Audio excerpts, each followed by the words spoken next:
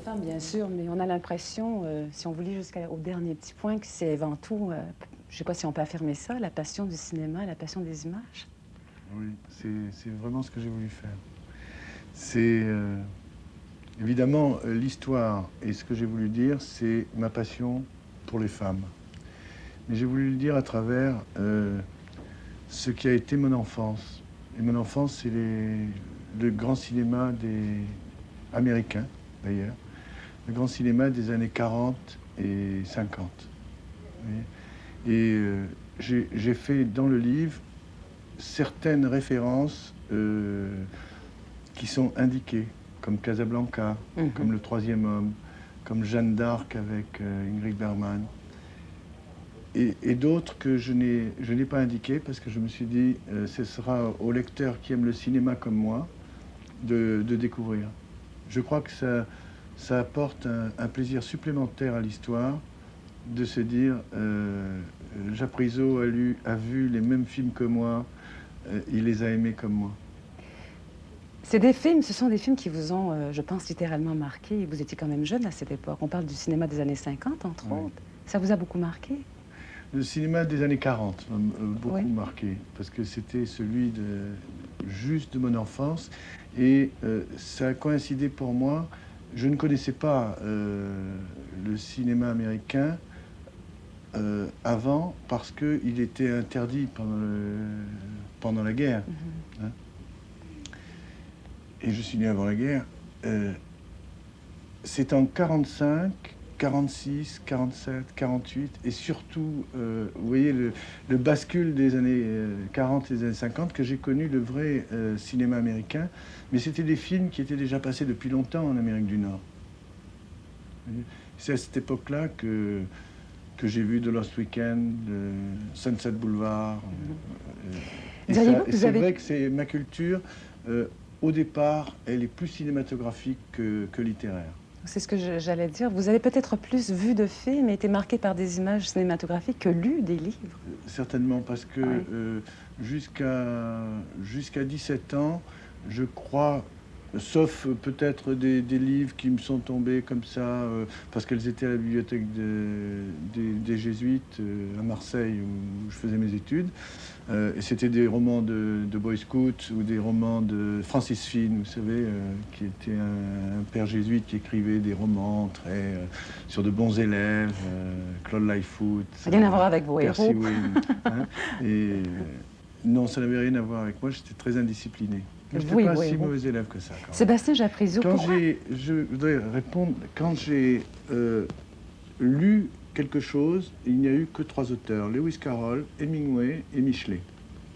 Et je crois que j'ai eu de bonnes fréquentations, hein, parce que Lewis Carroll m'a plu beaucoup, parce que j'ai compris tout de suite que ce n'était pas seulement des livres pour enfants.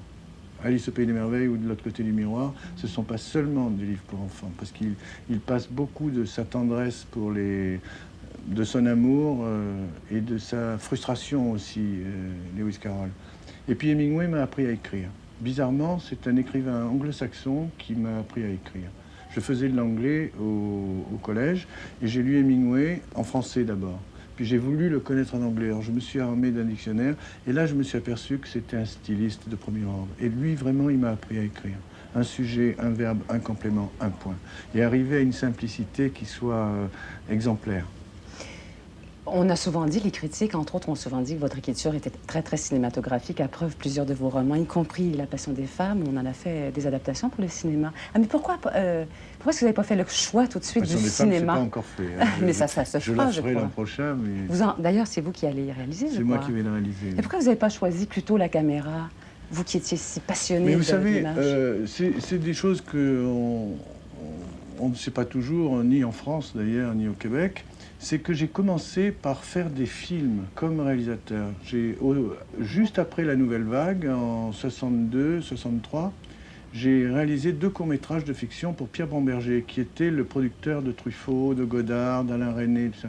Et j'ai commencé comme ça. J'ai fait un court-métrage qui s'appelait L'idée fixe, et auparavant un autre qui s'appelait La machine à parler d'amour. Et c'est donc comme metteur en scène que je suis venu à la fiction. Bon. Et c'est après que j'ai c'est après que Japrisot est né. Hein. Vous savez que mon vrai nom, c'est Jean-Baptiste Rossi. Japrisot, c'est un anagramme. Et en fait, j'ai écrit Compartimentuaire après avoir fait du cinéma. C'est-à-dire que j'ai toujours été porté vers le roman de comportement plus que le roman d'analyse. Mais ça, c'est Hemingway et Lewis Carroll qui me l'ont appris, qui m'ont formé, qui m'ont influencé. Et le roman d'analyse, en tant que lecteur, moi, ça m'ennuie. Vous savez, entendre, je sais pas, lire 14 pages sur les états d'âme de quelqu'un, on vous explique qu'elle est jalouse pour telle et telle raison, parce qu'on lui a fait ça, mais que son père était comme ça. Je commence à m'ennuyer terriblement. Pour que je ne m'ennuie pas, et pour que j'ennuie pas le lecteur, finalement, dans l'écriture, je reporte ce que j'aimerais lire. Je crois que tout écrivain, finalement, fait ça. Et j'invente les personnages que j'aimerais avoir rencontrés. Hein? Et j'essaie de dire que quelqu'un est triste, non pas en disant il est triste ou elle est triste, mais en montrant qu'elle est triste. C'est ce qui donne peut-être cet aspect visuel. Je crois que le lecteur peut immédiatement, en lisant un de mes livres, faire sa propre mise en scène, choisir ses personnages. Vous voyez, c'est en ce sens-là que c'est cinématographique. Mais il ne faut pas croire que c'est cinématographique. C'est pas cinématographique. C'est un livre. Et moi, par exemple, pour L'été meurtrier, j'ai fait les deux. J'ai fait le livre d'abord, et ensuite je l'ai adapté pour Jean Becker, j'ai fait les dialogues, j'ai construit tout le film. Et c'est deux choses totalement différentes. Pour moi-même, ça a été pénible de faire ça. Mais vous avez besoin des deux pour être un homme plutôt heureux? Des deux écritures, je veux dire. Oui, je crois. Ouais. Je passe de longues périodes où je m'occupe que du roman que je suis en train d'écrire et où je passe de longues périodes où je m'occupe simplement du film que je suis en train d'écrire ou que je veux réaliser comme pour La Passion des femmes. Moi, j'aimerais qu'on souligne peut-être un de vos... c'est en tant que fan, je pense, de ce que vous avez fait, que je dis ça. Un de vos grands talents, c'est vraiment de partir de stéréotypes et de nous permettre de découvrir que finalement, même dans un stéréotype, si on cherche un peu, il y a tout. C'est fou ce qu'il y a dans un être humain. C'est un peu beaucoup ce que vous nous faites découvrir, entre autres dans La Passion des femmes. Surtout dans La Passion des femmes. Oui. Oui. Ouais. Il y a 8 femmes et elles ont chacune un style différent.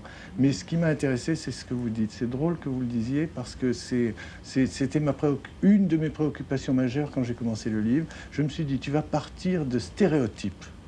Hein? L'actrice d'Hollywood, la putain au grand cœur, La reine de cœur.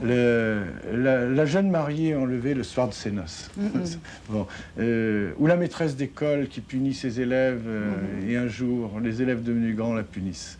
Je veux dire, je suis parti ou l'avocate qui est très affranchie de toutes ces choses, qui est une femme libérée de nos jours, puisqu'elle exerce un métier qui était autrefois destiné aux hommes.